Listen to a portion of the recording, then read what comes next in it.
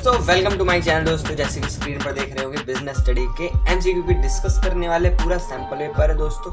एक एक करके करवाऊंगा दोस्तों। अगर चैनल पे पहली बार आए हैं तो आपको पता होना चाहिए, इससे पहले इसका एक पार्ट 1 बना चुके हैं पहले दोस्तों, तो वो जाके आप सबसे पहले देख लें। लिंक इसके बारे में प्रोवाइड कर दूंगा, फिर जाके इस वीडियो को कंटिन्यू करिए। ठीक है दोस्तों, ये पार्ट 2 है। बेसिकली मैंने पूरा सैंपल पेपर डिस्कस किया है, हिंदी में भी और इंग्लिश में भी, दोनों बच्चों के लिए है, हिंदी में भी और इंग्लिश में भी, क्योंकि बच्चे डिमांड करते हैं कि भैया हिंदी में हमें आप लेके नहीं आते कुछ, बट आपकी डिमांड को दोस्तों लेके आ चुके हैं। हिंदी के पूरे एमसीक्यू क्वेश्चन पार्ट 1 जब से पहले देख लें, फिर पार्ट 2 देखें। तो दोस्तों बिना टाइम वेस्ट करके स्टार्ट करते हैं इस वीडियो।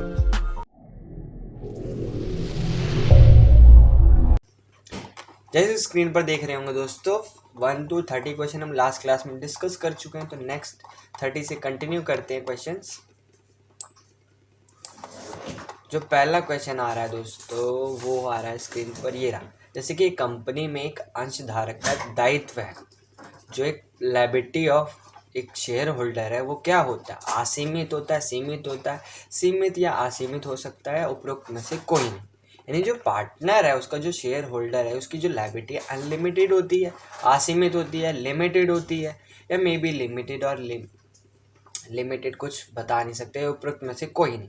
दोस्तों क्या लगता है आपको, जिसका जो पार्टनर होता है उसका जो लायबिलिटी होती है दोस्तों वो क्या होती है? लिमिटेड होती है, यानी सीमित होती है। इसका राइट आंसर हो जाएगा ऑप्शन बी। अगर आंसर पता था तो ज़रूर कमेंट करके आप बता सकते हो दोस्तों, ठीक है। और चैनल पहली बार आया तो आपको पता होना चाहिए, एक वीडियो बनाई थी अभी इससे पहले मैंने 24 मोस्ट एक्सपेक्टेड एमसीक्यू क्वेश्चन, तो वो जाके ज़रूर कर लें दोस्तों, ताकि वो भी आपको बहुत हेल्पफुल करने वाले हैं आपके कल के एग्जाम में दोस्तों। 32 क्वेश्चन क्या कह रहा है दोस्तों, जैसे कि स्क्रीन पर हाजिर है, 2 कथनों में से एक का चयन करना। क्या कह रहा है? कथन ही क्या कह रहा है? एकल स्वामी का मतलब एक ऐसे संगठन से जिसमें केवल एक ही व्यवसाय का मालिक होता है।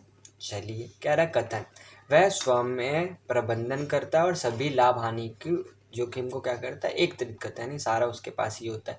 ठीक है, इंग्लिश में भी देख लेते क्या कह रहा है। स्टेटमेंट 1 है, sole proprietor means a form organisation in there is only owner of business. ठीक बात है, he himself manage and it's the only receipts of all profit and losses and risk. तो आपको क्या कह रहा है? क्वेश्चन स्टेटमेंट्स कह रहे हैं, statement 1 is correct and second is wrong, statement second is correct and first is wrong. दोनों एक बार यहाँ पर देखो ध्यान से, तो ये दोनों ही क्या है दोस्तों? स्टेटमेंट सही है। अगर एक सोल प्रोप्राइटरशिप यानी एक ओनर है, एकल स्वामी है, तो वो वही पूरे बिजनेस को क्या करता है? चलाता है, वही पूरे लाभ हानि को क्या करता है?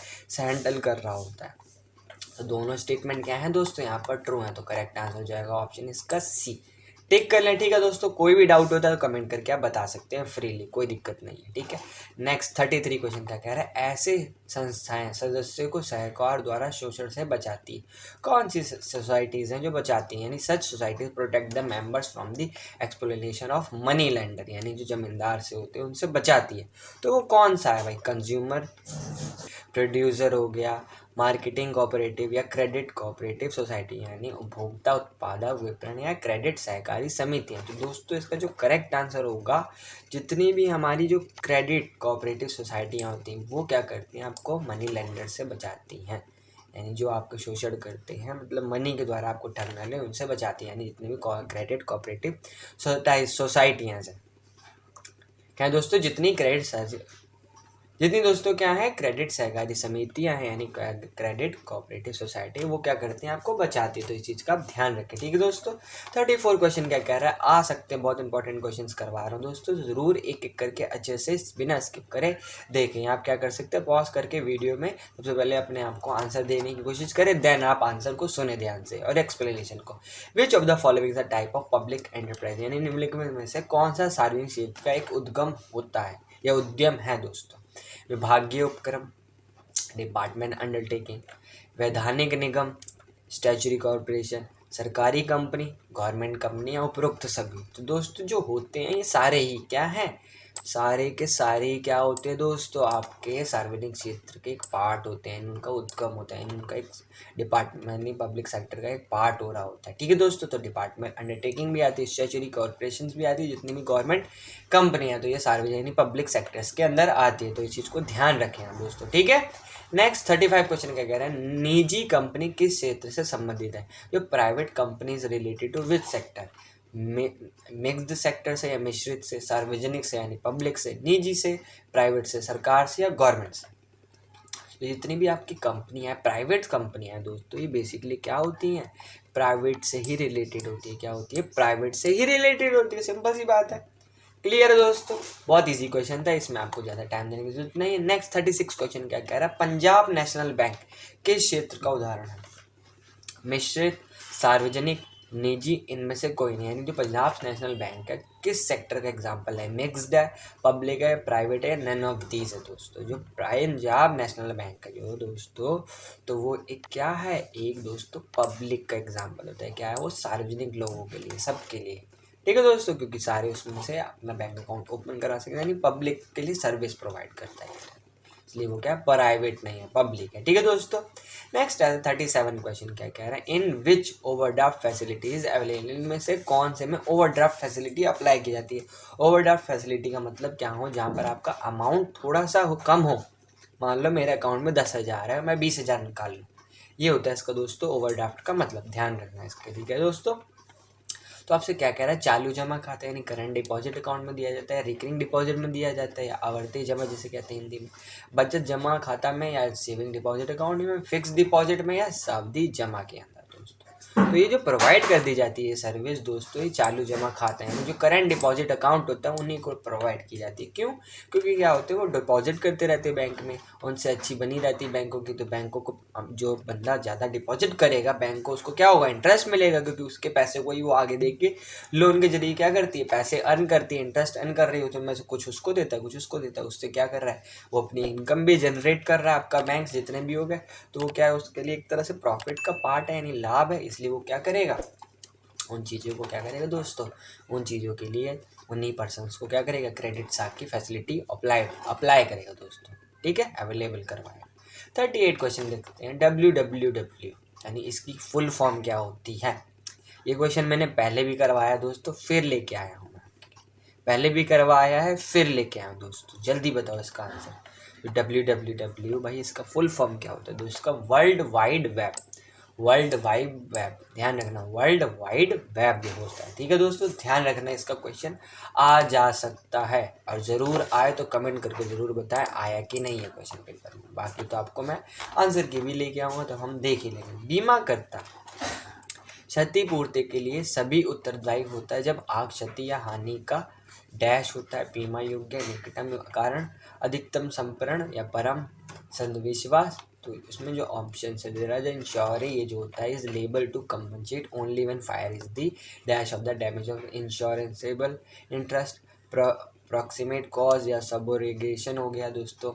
नेक्स्ट आता है एटमोस्ट गॉड फेथ, तो क्या लगता है इसका आंसर, जो करेक्ट आंसर होगा दोस्तों इसका, जल्दी जल्दी बताओ, अगर आपको आता है तो कमेंट करके आप बता सकते हो, क्योंकि कमेंट के क्या लगते हैं, पैसे नहीं लगते भाई, कमेंट करके आप बता सकते हो इसका करेक्ट आंसर।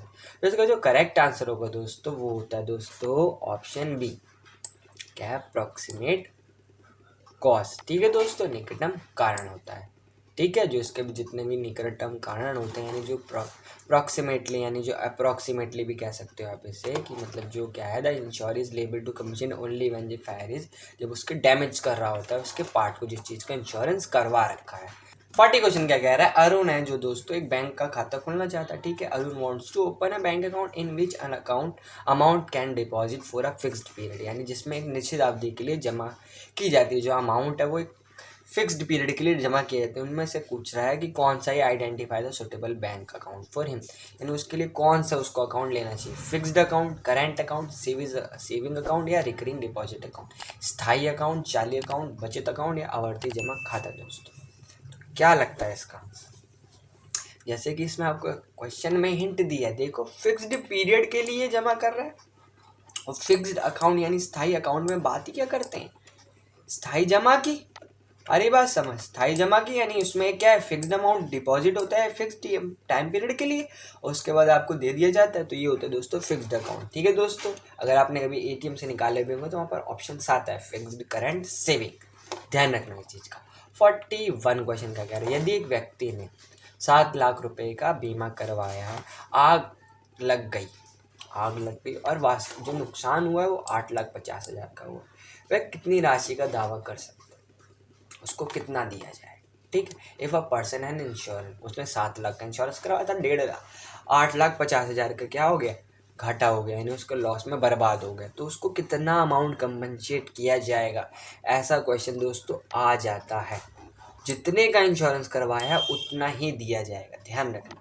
अगर ये अमाउंट मान लो 6 लाख होता, कितना होता, 6 लाख होता, देन दोस्तों उसको 6 लाख दिए जाते, ना कि 7 लाख। जितने का घाटा हुआ अगर उस अमाउंट के बराबर है तो ठीक है, उससे अमाउंट से ज़्यादा है तो जितना टोटल का करवाया था उतना दिया जाता है, ध्यान रखना है चीज़ का। नेक्स्ट क्वेश्चन क्या कह रहा है, सेवाएं से सेवाएं है जिसका उपयोग वास्तविक उद्यमों द्वारा अधिक गतिविधि के संचालन के लिए किया जाता है, यानी डैश व्यावसायिक, सामाजिक, निजी, निःशुल्क, यानी dash service are those service are use by the business enterprise for the conduct of their activity, यानी कौन सी सर्विसेज हैं जो क्या करते हैं, यूजेस की जाती है, बिजनेस या सोशल या पर्सनल या फ्री। तो दोस्तों बेसिकली अगर आप बात करें तो बिजनेस ही होता है इसका आंसर। व्यावसायिक जो सेवाएं होती हैं वो सेवाएं क्या होती है, बिजनेस में यूज हो रही होती है, जैसे आप बीपीओ पढ़ते हो, केपीओ पढ़ते हो, तो ये उसी का तो एक तरह का पार्ट हो गया, उसको थोड़ा सा घुमा के आपसे क्वेश्चन पूछ लिया गया है। नेक्स्ट पढ़ते हैं 43 क्वेश्चन क्या करें, निम्नलिखित में से 2 कथनों के लिए सही विकल्प चुनें। B2B कॉमर्स वह व्यावसायिक गतिविधि जिसमें 2 फर्म या 2 से व्यावसायिक इकाइयाँ इलेक्ट्रॉनिक लेन देन करती हैं, ठीक है भाई। नेक्स्ट, मारुति उद्योग अन्य फर्मों से टायर, दरवाजे आदि खरीदना B2B कॉमर्स का एक उदाहरण है। अब बताना है क्या भाई सही है कि इंग्लिश में भी देख लेते हैं। B2B commerce is the business activity in which 2 firm और 2 business units make electronic transactions. Maruti उद्योग buying tires, door, etc. from the other firm is an example of B2B commerce. To choose the correct option from the option given below. Statement 1 is correct, second is wrong. Statement second is correct and first one is wrong. Both statements are correct and both statements are incorrect. तो दोस्तों इसका जो correct answer होगा, जो बात कर रहा है ये दोनों ही स्टेटमेंट ट्रू है, कि B2B के अंदर इलेक्ट्रॉनिक आइटम्स कर रहे हैं और उसके अंदर एक दूसरे से बिजनेस का खरीद रहे हैं चीज़, यानी क्या है, बिजनेस टू बिजनेस, यानी बोथ स्टेटमेंट आर करेक्ट, यानी दोनों कथन क्या है, सत्य हैं भाई। तो करेक्ट आंसर हो जाएगा ऑप्शन सी, इसे आप टिक कर लें। नेक्स्ट 44 क्वेश्चन पे आ चुके हैं दोस्तों।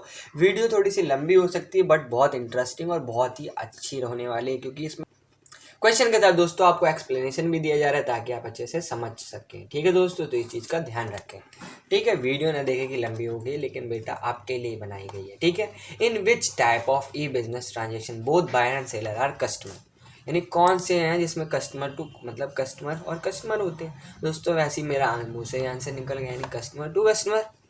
क्या भाई, कस्टमर टू कस्टमर जो डील कर रहे होते हैं, आई बात समझ, यानी कस्टमर टू कस्टमर डीलिंग हो रही होती है, यानी C2C। नेक्स्ट आता है 45 क्वेश्चन क्या कह रहा है, एक व्यावसायिक गतिविधि जिसमें 2 फर्म या 2 व्यावसायिक गतिविधि इलेक्ट्रॉनिक लेन देन क्या कर रही है, इलेक्ट्रॉनिक लेन देन कर रही है। देन आपसे पूछ रहा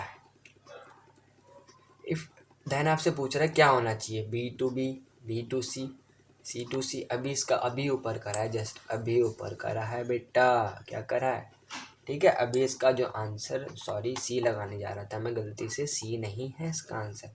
क्या कर रहे हैं, बिजनेस टू बिजनेस की बात हो रही है ना, क्या हो रही, बिजनेस टू बिजनेस, तो बिजनेस टू बिजनेस, ये बिजनेस और बिजनेस से लेन देन कर रहे हैं आपस में, पूरा हिंट ही दे दिया ना, 2 फर्म 2 से अधिक, यानी दोनों फर्म की बात हो रही है, दोनों ही फर्म है, आपको हिंट भी दे रहा, आंसर भी दे रहा साथ में, ध्यान रखना। 46 क्वेश्चन है, सामाजिक उत्तरदायित्व की आवश्यकता निम्न कारणों से उत्पन्न होती है, यानी जो नीड ऑफ सोशल रिस्पॉन्सिबिलिटी होती है राइजेज ड्यू टू किस कारण होती है, फर्म के हित के लिए, समाज के हित के लिए, फर्म और समाज दोनों के हित के लिए, उपरोक्त में से कोई नहीं। क्या लगता है दोस्तों, इसका आंसर आपको आई थिंक पता है, आई थिंक नहीं आपको पता है, तो ज़रूर कमेंट करके इसका आंसर बताएं मेरे को, ABC, ठीक है दोस्तों। हिंदी वाले ज़रूर हिंदी में कमेंट करेंगे और इंग्लिश वाले सारे इंग्लिश में कमेंट करेंगे, ठीक है। देखते हैं दोस्तों कितने बच्चे हिंदी में और कितने दोस्तों इंग्लिश में बिजनेस पढ़ रहे हैं, ठीक है दोस्तों। नेक्स्ट 47 क्वेश्चन क्या कह रहा है, व्यवसाय की कौन सी जिम्मेदारी व्यवसाय की जिम्मेदारी सरकार के प्रति नहीं, तो यानी सरकार द्वारा निर्धारित प्रदूषण कानून का पालन करना, यानी विच, इंग्लिश में भी पढ़ते थे क्वेश्चन एक बार, which responsibility of business is not the responsibility of the business to the government. तो भाई समझते हैं क्या कह रहे हैं, क्वेश्चंस क्या कह रहे हैं, ऑप्शन क्या कह रहे हैं। सरकार द्वारा निर्धारित प्रदूषण जो होता है उसको क्या करना, कानूनों को पालन करना। सरकार मानदंडों के अनुसार उद्योगों को उपकरणों की स्थापना करना, ठीक है। बिक्री के बाद सेवा प्रदान करना। फी, टैक्स, सर्च आदि का भुगतान ईमानदारी से करना। तो इसमें से पूछ रहा कौन सी रिस्पॉन्सिबिलिटी नहीं। तो दोस्तों जल्दी बताओ, एक बार सोचो ध्यान से एक बार, देन आप आंसर बताओ मेरे को। क्या कह रहा है, प्रोवाइडिंग आफ्टर सेल सर्विस, क्या कह रहा है, बिक्री के बाद सेवा प्रदान करना। ये कहीं कहीं नहीं होता ऐसा। बाकी सारी तो है, सरकार द्वारा जो प्रदूषण के नियम बना रखे हैं, नहीं भाई पॉल्यूशन नहीं करना समाज में, आपको सोसाइटी में, तो वो तो कर रहे हैं, उसको ध्यान रखते हैं। और बाकी सारे, बट ये नहीं होता बिक्री के बाद क्या करना, सेवा प्रोवाइड करना है, यानी प्रोवाइड करना है, ठीक है। ऑप्शन सी से टिक कर ले। नेक्स्ट दोस्तों 48 क्वेश्चन कह रहे हैं, निम्नलिखित में से दो में से एक विकल्प चुनते हैं। भाई समझते हैं कौन सा होने वाला है क्वेश्चन का आंसर। सामाजिक उत्तरदायी और कानूनिक उत्तरदायी बिल्कुल समान है। व्यवसाय करने के लिए बेहतर वातावरण सामाजिक उत्तरदायी का एक आधार नहीं है। इंग्लिश में भी देख लेते हैं statement, social responsibility and legal responsibility are exactly से, लगभग दोनों ही सेम है कह रहा है। Next, better environment for doing business is not a ground for social responsibility. अगर ध्यान से देखें दोस्तों, ऐसे ही आप देख सकते हैं, सोशल और रिस्पॉन्सिबिलिटी और लीगल रिस्पॉन्सिबिलिटी क्या एक है, नहीं है पहली बात। तो दोनों ही क्या है, स्टेटमेंट गलत बात है, यानी दोनों ही स्टेटमेंट क्या है दोस्तों, इनकरेक्ट है। कई बार ऐसा भी क्वेश्चन दे देता है, भाई सोशल रिस्पॉन्सिबिलिटी लीगल रिस्पॉन्सिबिलिटी की कैसे, उसे यहाँ पर एक कानून की बात करी, यहाँ पर सोशल यानी सोसाइटी से रिलेटेड चीज़ें बात करी है। क्या better environment for doing business not a ground for social responsibility, भाई होता है, ये तो कह रहा है नहीं होता। तो क्या है, दोनों स्टेटमेंट क्या है, इनकरेक्ट है। सेक्शन सी में आ चुके हैं दोस्तों, इसको भी फटाफट कर लेते हैं। पैराग्राफ है, पढ़ते हैं फटाफट, इसे पढ़ते जाओ मेरे साथ दोस्तों। मोहन, शान और राजेश एक गांव में रहने वाले भाई हैं, ठीक है। मोहन एक किसान है, ठीक है, वह अपने खेत में गन्ना उगाते हैं, ठीक है। शान जो चीनी का निर्माता है, जो अपने दोस्तों रोहन सिंह और जितेंद्र के साथ व्यापार कर रहा है। राजेश एक ट्रांसपोर्टर है और वह अपने ट्रक से शहर में चीनी बेचता है। इस साल भारी बारिश के कारण चीनी खराब हो गई। शान और उसके दोस्तों ने अपने कर्मचारियों के नुकसान को कम करने के लिए उनके वेतन को कम कर दिया।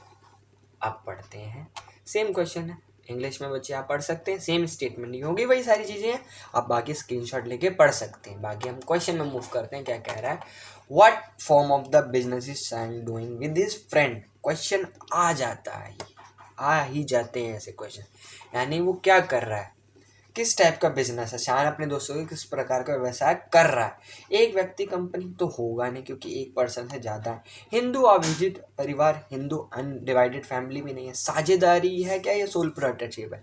सोल प्रोप्राइटरशिप तब होता है जब एक ही पर्सन होता है, यहाँ तो भाई साझेदारी ही लग रही है ना, क्योंकि मिलके काम कर रहे हैं तीनों पर्सन, उसके दोस्त। क्या हो जाएगा, 49 का ऑप्शन सी, टिक कर ले। नेक्स्ट क्या कह रहा है क्वेश्चन, ध्यान से पढ़ते हैं। उपरोक्त मामलों में से रेखांकित किए गए शान के व्यवसायिक संगठन की सीमा की पहचान करें। उसकी जो लाइफ है बिजनेस क्या होगी, अनलिमिटेड असीमित जीवन है, क्या सीमित दायित्व यानी लिमिटेड लायबिलिटी, लिमिटेड रिसोर्स है, या फुल्ली स्कैरिसिटी है, यानी पूरा सोर्स की कमी। दोस्तों उनकी लिमिटेड रिसोर्सेज है, उनके पास लिमिटेड रिसोर्सेज है, क्योंकि वो क्या है, डिपेंड हो रखे हैं एक दूसरे पे, ठीक है, वो क्या है, डिपेंड हो रखे हैं, लिमिटेड रिसोर्स है उनके पास। तो नेक्स्ट 51 क्वेश्चन क्या कह रहा है, राजेश एक व्यापारिक संगठन का रूप है, यानी Rajesh form of business organization is one person company है, एक व्यक्ति कंपनी है, या हिंदू अविभाजित परिवार है, साझेदारी है, एकल स्वामित्व है, हिंदू अनडिवाइडेड फैमिली है, पार्टनरशिप, या दोस्तों सोल प्रोप्राइटरशिप। तो दोस्तों वो क्या कर रहा है, एक सोल प्रोप्राइटरशिप काम कर रहा है, क्योंकि अकेला ही जाता है, अकेला ही काम करता है। नेक्स्ट है राजेश के व्यवसायिक संगठन की के लाभ की पहचान करें। असीमित जीवन है, सीमित दायित्व है, सेम ही ऑप्शन है जो राजेश का जो होगा, identify the merit of the business organization of Rajesh.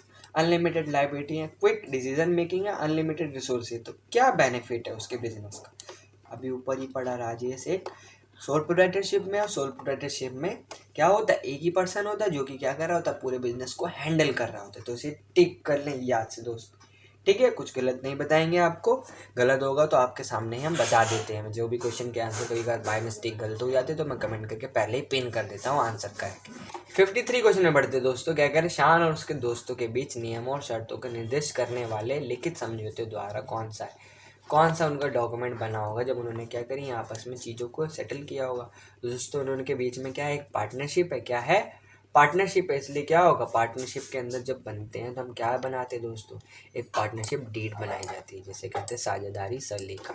Partnership में डीड में हम लिखते हैं उसको कितना प्रॉफिट दिया जाएगा, कितना किसने कैपिटल लगाया, कंपनी का नाम, यानी ये सारी चीज़ें उसमें लिखी जाती है पार्टनरशिप डीड के अंदर। ठीक है दोस्तों, 12th में आओगे जब आप अकाउंट्स में तब आप पढ़ोगे पहला चैप्टर ही पार्टनरशिप। ठीक है दोस्तों, मैं ही पढ़ाऊँगा आपको। क्या कह रहा है 54 क्वेश्चन, क्या कह रहा है, शान और उसके मित्र एक परिवार के व्यवसायिक जोखिम का सामना कर रहे हैं, यानी what type of business risk is faced by शान और हिज फ्रेंड्स। तो pure risk, speculative risk, next है अनलिमिटेड रिस्क या नॉर्मल रिस्क। तो दोस्तों क्या लगता है आपको किस टाइप का रिस्क कर रहे होंगे, तो पूरा रिस्क है, प्योर रिस्क है, शुद्धतम जोखिम है, यानी शुद्ध जोखिम है। क्या है दोस्तों, पूरा शुद्ध जोखिम है, इसलिए जो करेक्ट आंसर होगा ऑप्शन है, उनको पूरा ही रिस्क मिल रहा है, वो आपस में क्या है भाई, एक पार्टनरशिप के बीच में। दोस्तों नेक्स्ट 55 क्वेश्चन क्या कह रहा है, एक कंपनी ने मानसिक रूप से विकलांगों लोगों की सेवा पर करने के वालों के लिए क्या है, एनजीओ को अपनी बिक्री का 1% है क्या दिया जाता है, वो दान में दिया जाता है, यानी डिनोशन दिया जाता है, डिनोट किया जाता है। ठीक है, यानी ऐसा बांट दिया जाता है। कंपनी की इस पहल को जनता ने काफ़ी सराहा किया। तो ये किस चीज़ का उदाहरण है, संगठनात्मक हो, सामाजिक उद्देश्य है, या आर्थिक या सामाजिक। तो दोस्तों ऐसे ही पता चल रहा है आपको ये क्या है, वो किसके लिए कर रहा है, ये कर रहा है दोस्तों अपनी सोसाइटी के लिए। किसके लिए कर रहा है, अपनी सोसाइटी के लिए तो कर रहा है, सोसाइटी के लिए कर रहे हैं, यानी तो क्या होगा, सामाजिक उद्देश्य होगा इस तरह से। ठीक, नेक्स्ट 56 क्वेश्चन क्या कह रहा है, भारतीय खाद्य निगम FCI की स्थापना 1964 में संसद में पारित विशेष अधिनियम के माध्यम से सूखे, बाढ़, अकाल आदि जैसे आपदा जो होती है स्थितियों के गेहूं, चावल आदि खाद्य पदार्थों का बफर स्टॉक बनाने के उद्देश्य से की गई थी।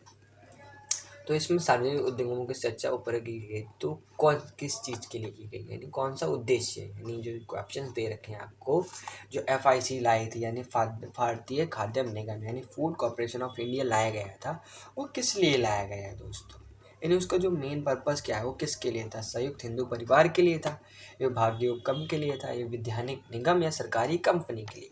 तो ये दोस्तों लाया गया था वैधानिक निगम के लिए। किसके लिए गया था, वैधानिक निगम, यानी जिसे इंग्लिश में कहते हैं स्टैट्यूटरी कॉर्पोरेशंस। ठीक है दोस्तों, 3-4 क्वेश्चन और बचे हैं, उससे भी खत्म करते हैं और वीडियो को भी हम खत्म करते हैं फटाफट। दोस्तों 57 क्वेश्चन क्या कह रहा है, निम्नलिखित में से आपको क्या बचाना है, पहचानना है कि जो आपका अग्नि बीमा है उसमें इंक्लूड नहीं किया जाता। तो दोस्तों ध्यान से पढ़े और फिर कमेंट करके बताएं।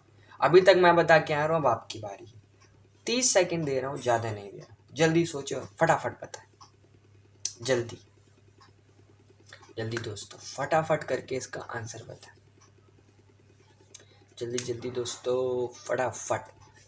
सोच लिया दोस्तों, अगर आप सोच रहे हैं दोस्तों ऑप्शन ए, तो आप दोस्तों 100% गलत है, क्योंकि आंसर कौन है, होने वाला है ऑप्शन ए होने वाला है। क्या होने वाला है दोस्तों, ऑप्शन ए नहीं होने वाला है, ऑप्शन डी इसका राइट आंसर होगा। ठीक है दोस्तों, ऑप्शन डी इसका राइट आंसर होगा। क्यों, क्योंकि इसमें हम क्या करते हैं, बीमा करता क्षतिपूर्ति के लिए सभी उत्तरदायी होता है जब अग्नि क्षति का निकटतम कारण ना हो, ऐसा कुछ नहीं होता। ठीक है, उसका गलत लिखा हुआ, इंग्लिश में भी देख लो आप बच्चों। ठीक है दोस्तों, इंग्लिश में भी आप ध्यान से पढ़ लीजिए इसे। नेक्स्ट है 58 क्वेश्चन क्या कह रहा है, इसको भी फटाफट खत्म करते हैं। Ajay private limited mobile phone बनाती है, लेकिन उसके पार्ट्स नहीं मिल पा रहे, उसके जो पार्ट्स हैं नहीं मिल पा रहे। अपने मैनेजर के सुझाव पर अजय प्राइवेट लिमिटेड ने पार्ट्स की डिमांड को go for world business website पर क्रय करने के लिए पोस्ट कर दिया। ठीक है, और 2 दिन के भीतर एक विक्रेता अपनी कंपनी मिल गई। ई बिजनेस के प्रकार का नाम पहचाने। समझ आ गया होगा सब बच्चों को क्वेश्चन क्या कह रहा है भाई, यानी इसमें B2B है, B2C है, C2C या इंट्रा बी कॉमर्स है। दोस्तों यहाँ पर बिजनेस टू बिजनेस है, क्योंकि उसको एक डिमांड चाहिए थी, पार्ट्स चाहिए थी, उसने एक वेबसाइट यानी एक बिजनेस से ले ली, तो बिजनेस टू बिजनेस डीलिंग हुई है। बहुत इजी क्वेश्चन था। 59 क्वेश्चन क्या करे, एक पति ने अपनी पत्नी के लिए 20 साल के जीवन बीमा पॉलिसी खरीदी है। 10 साल बाद उन्होंने अपनी पत्नी को तलाक दे दिया, ठीक है। देन पूछ रहा है परिपक्व राशि करने का अधिकार किसका होगा यदि पति और पत्नी दोनों परिपक्व राशि का दावा करते हैं। पति का होगा, पत्नी का होगा, दोनों का होगा, पति और पत्नी दोनों का नहीं होगा भाई। ये तो भाई आ गया। Husband bought a life insurance policy for his wife, 20 साल के लिए लेके आया था, उसकी इंश्योरेंस पॉलिसी करवाई थी। 10 साल बाद क्या हो गया, डिवोर्स हो गया दोनों का भाई, ठीक है। वो will have the right to receive the maturity amount if the both husband and wife claim the maturity amount. तो हस्बैंड लेगा, वाइफ लेगा, दोनों लेंगे दोस्तों। जो लेगा वो कौन लेगा दोस्तों, आपका पति लेगा। कौन लेगा, पति लेगा। किसने कराया, किसने था, उसने खरीदा था ना। Husband bought a life insurance policy for his wife 20 years के लिए, तो कौन लेगा दोस्तों, हस्बैंड लेगा। और कुछ बच्चे सोच रहे होंगे इसका पत्नी, तो दोस्तों गलत आंसर है, ठीक है दोस्तों, पहले ही बता रहा हूँ। मार्किंग स्कीम भी आपको दे दूंगा अगर आपको डाउट होता है आंसर में, ठीक है दोस्तों। और नेक्स्ट 60 और लास्ट क्वेश्चन क्या कह रहा है वो भी पढ़ते हैं। मिट्टी के बर्तन का निर्माण करने वाला एक संगठन कई वर्षों से एक प्रमुख बाजार स्थिति का आनंद ले रहा है, ठीक है। यह अनुपारिज जहरीली कचरों के नदी के किनारे से निकल रहा है, ठीक है, जिससे आस पास के गाँव को क्या होती है, समस्या कम हो रही है, स्वास्थ्य समस्या कम हो गई हैं जिससे, ठीक है। यह किन हितों समूह के प्रति सामाजिक जिम्मेदारी को पूरा कर रहे हैं, उपभोक्ता के प्रति, कर्मचारी या समुदाय या उपरोक्त सभी। तो दोस्तों एक बार इंग्लिश में भी पढ़ लेते हैं। ऑर्गेनाइजेशन है जो मैन्युफैक्चरिंग पोट्री की चीज़ें बना रहा has been enjoying a dominant market position since many years. It is removing untreated toxic waste from the river banks and thereby reducing many health problem of the surrounding village। तो ये दोस्तों किससे related है, तो दोस्तों community से related, यानी आपके समुदाय से, उनकी तो हेल्प कर रहे हो एक तरह से, आप उन्हीं की तो हेल्प कर रहे हो एक तरह से। तो ऑप्शन सी इसका राइट आंसर हो जाएगा। तो ये दोस्तों हमारा खत्म हो चुका है वीडियो, हमने 60 क्वेश्चन लर्न कर लिए।